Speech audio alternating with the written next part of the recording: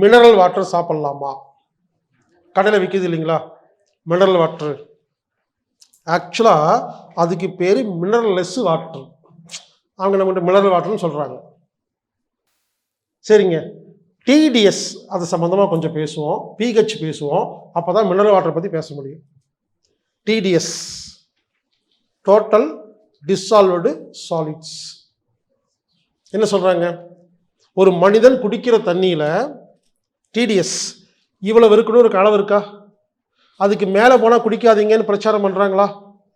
உங்கள் வீட்டில் போர் தண்ணி ஆத்தண்ணி எல்லாம் எடுத்துகிட்டு செக் பண்ணி பார்த்துட்டு டிடிஎஸ் ஜாஸ்தியாக இருக்குப்பா குடிக்காதே அப்படிங்கிறாங்களா?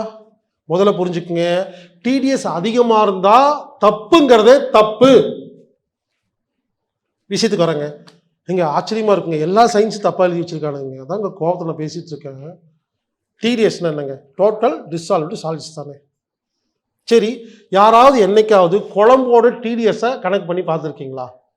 சூப்புடைய டிடிஎஸை கணக்கு பண்ணி பார்த்துருக்கீங்களா? ரசத்தோட டிடிஎஸை கணக்கு பண்ணி பார்த்துருக்கீங்களா? ரசத்தில் மிளகு சீரகம் எல்லாம் போட்டோன்னே கொதிக்க வச்சோன்னே டிடிஎஸ் அதிகமாக இருக்குமா கம்மி? சும்மா லாஜிக்காக அதிகமாக இருக்குமா கம்மியாக இருக்குமா? அப்போ அதை ஏன் சாப்பிட்றீங்க? டிடிஎஸ் அதிகமாக இருக்குங்க. கூழ் இருக்கு இல்லையா, எல்லா தானியத்தையும் போட்டு கூழ், அது எல்லா தானியத்தையும் போட்டு சத்து மாவு கஞ்சி இருக்கு இல்லையா, அதாங்க இருக்கு இல்லையா அதிக டிடிஎஸ். சாப்பிடாதீங்க, நோய்ங்க. புரியலைங்களா? எவ்வளோ ஏமாத்துறாங்க. டிடிஎஸ்னா டோட்டல் டிசால்வ்டு சாலிட்ஸ் தானே. அந்த டிடிஎஸ் நம்ம உடம்புக்கு நல்லது பண்ணுறதா இருந்தால் ஏங்க சாப்பிடக்கூடாது? பாயிண்ட் புரிஞ்சுதுங்களா? இது தப்பான கான்செப்டுங்க. டிடிஎஸ் அதிகமாக இருந்தால் தண்ணி குடிக்கூடாதுங்கிற அந்த டிடிஎஸ் கான்செப்டே தப்புங்கிறங்க. அதுக்கு ஒரு மிஷின் வச்சுருவாங்க, டிடிஎஸை குறைச்சி கொடுக்குறேன்.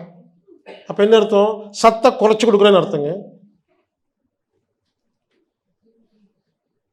யோசிங்க. இப்படி தாங்க சயின்டிஃபிக்காக ஏமாற்றிருக்காங்கங்க.